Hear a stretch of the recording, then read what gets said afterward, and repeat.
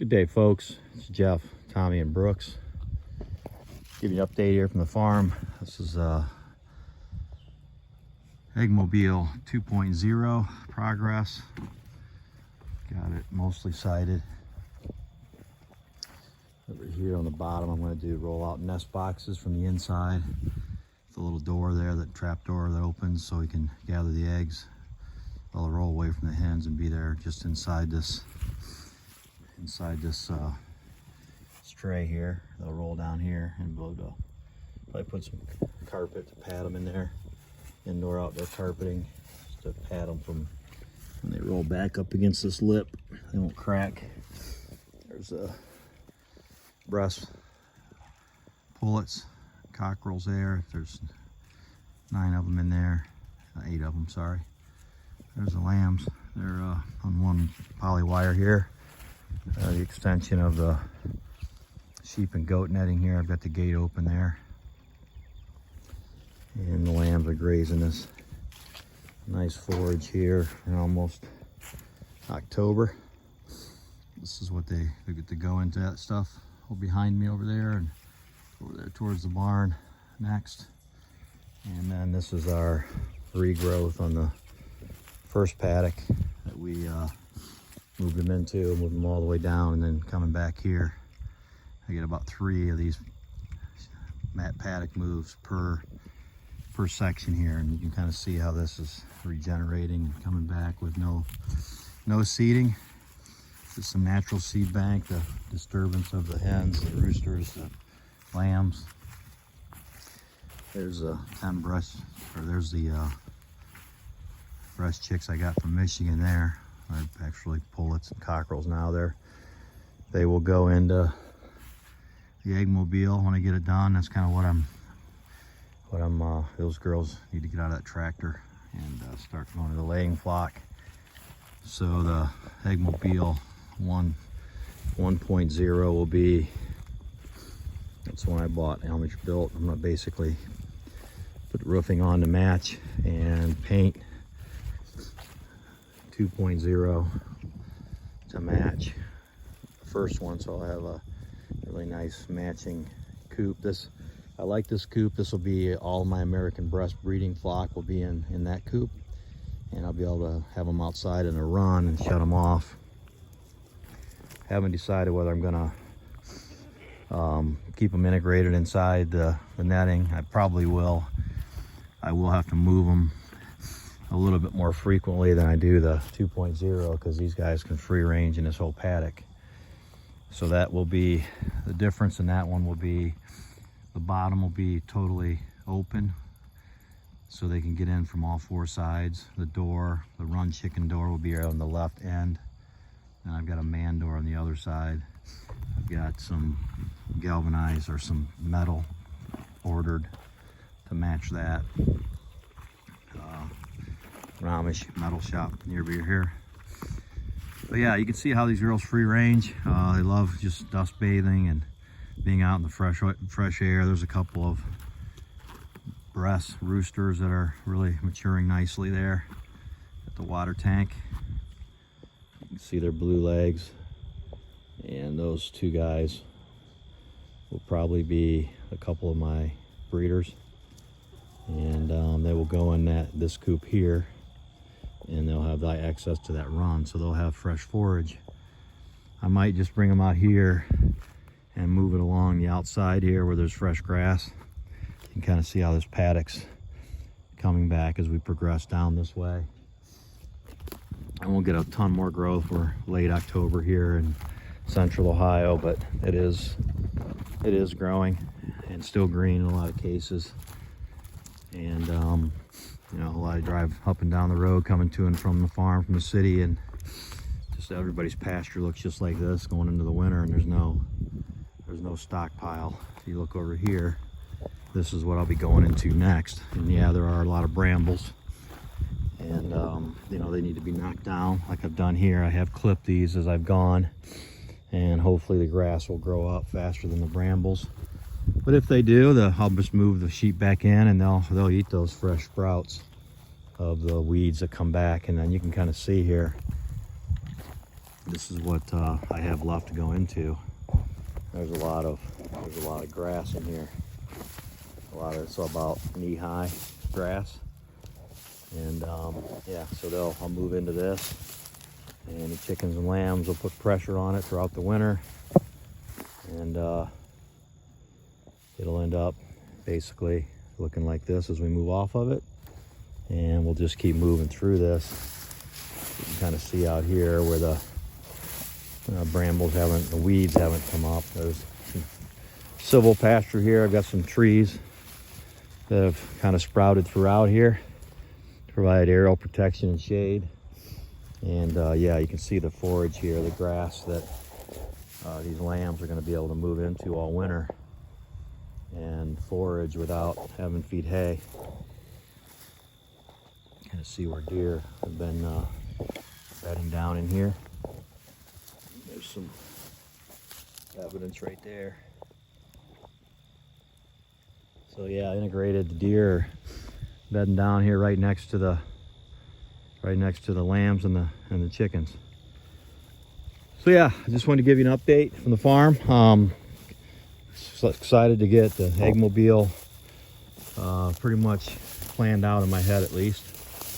I got a little work to do yet, but it's coming along, and hopefully by mid next week I'll have my laying hens and just the one rooster Prince there in the middle.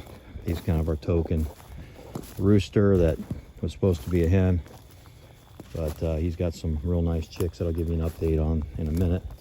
They're in the brooder in the barn that we hatched. There's a girl laying an egg on the ground there. I'm gonna pick that one up. Nice big brown egg. Anyway, I'm gonna go give you an update on the chicks. These are crossbred. Those are mainly out of those blonde hens. Several of them are from them, and Prince, who's a New Hampshire, real nice rooster. And you can see these crossbred chicks that are really healthy. Actually, they're proven that we can hatch chicks from our own flock, so we're fully sustainable. I'll have my American Bresse breeding flock going here shortly, so we'll be having hopefully day-old Bresse chicks to be shipping. You know, within the next, by early spring for sure. Once we try to perfect everything, I'll probably hatch out a few batches for myself just to see how they grow out, because I want to get a good product in the market. I don't want to just throw a bunch of stuff in the market, frankly. This group here came out of one of the more popular Bresse farms, and frankly, I'm not happy with them. There's some black specks and those colored Bresse, which I'm not into at all. If they're hens, I will use them for my laying flock, but you can see the black and those pullets there and cockerels. And that's a nice white hen there, right there, I think. I can't see her feet, but I think she's going to be a nice pullet. And I'll just open this up so you guys can see these guys a little clearer through the fence. Just not real happy with this group. Not the coloring and everything I'm looking for with my flock. So I will probably, that pullet there in front is nice. I'll probably put her in my breeding flock just for some fresh blood, different bloodline. And yeah, I'll probably, process the ones that have black specks, and keep the one or two that can go into the breeding flock. Lambs are doing well. I'm getting ready to get a ram for them, and they'll hopefully get bred and have lambs in early May. I'll probably bring him in, kind of located. I just have to go pick him up nearby, and I'll put him in there probably within the next 2 or 3 weeks, so that I can breed. Those lambs will get bred and usually get bred, and I'll have some May lambs. That's my plan. Hopefully that works out. You can see a lot of leaves have fallen. It's been beautiful weather here though. It's been mid 70s, high 60s. A little breezy today. Here's those crossbred chicks that we raised. We gathered the fertilized eggs. They're a little skittish. and we hatched these. I think we had 13 eggs, and we hatched 9 of them. But yeah, you can see that there's some beautiful chicks, mixed breed coloring in it with them, and it's a real nice barred rock. Some brown feathers in her, a black one, and the white-head one looks like he's going to be a rooster, which is unfortunate because it's a neat nicely marked chick. But these the girls will go into the laying flock, and the boys will get processed, and we'll probably do another batch here pretty shortly once I get this. Actually, I could probably, once my egg demand, right now, my 2 restaurant customers are keeping me on my toes as far as for egg production. So as soon as I get some excess and get some stock build up, I'll probably throw another batch of at least 14 eggs, maybe 28, in my Nurture Right incubators, and hatch another batch. I think I can get, here's the man door. I think I can get up to 100 hens in here with prints. I'll run roost basically underneath both under the windows there, underneath across each one of those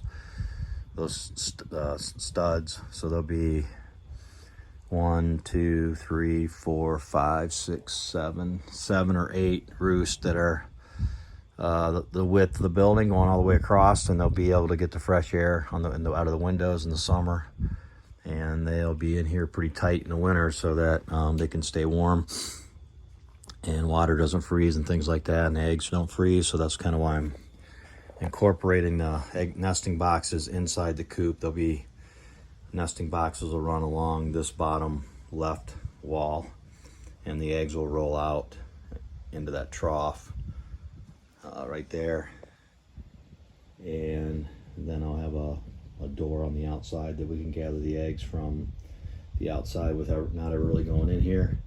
Purposely kept it kind of low. The chickens don't need a lot of height, and with this man door I can plan on building a feeder right here in this corner so I can just dump feed in from the ground, and then I'll have a water hanging here as well, just sitting here, and yeah, I mean it'll you can just do everything right from the ground, and you don't really need to go in unless, well, you throw bedding in there, but shavings, but they will spread that around for you, so you don't really need to go in there. So this is about the right height from the ground. I can just service everything, do chores right here from the ground without going up in there much, and I'll probably only have to go up in there once or twice a year to clean it out, but pretty much leave the soft pack for insulation, and it's nice and dry and doesn't smell. So that's what I'll do. But yeah, I've just got one more sheet to put on the roof here today. It's this evening, and then I'm gonna head back to the city. But I wanted to give you an update on this beautiful fall day. It's been a while. Have a good day, everybody. Tommy and Brooks and Jeff. There's Brooks. Hey, Brookers. There he is. So long.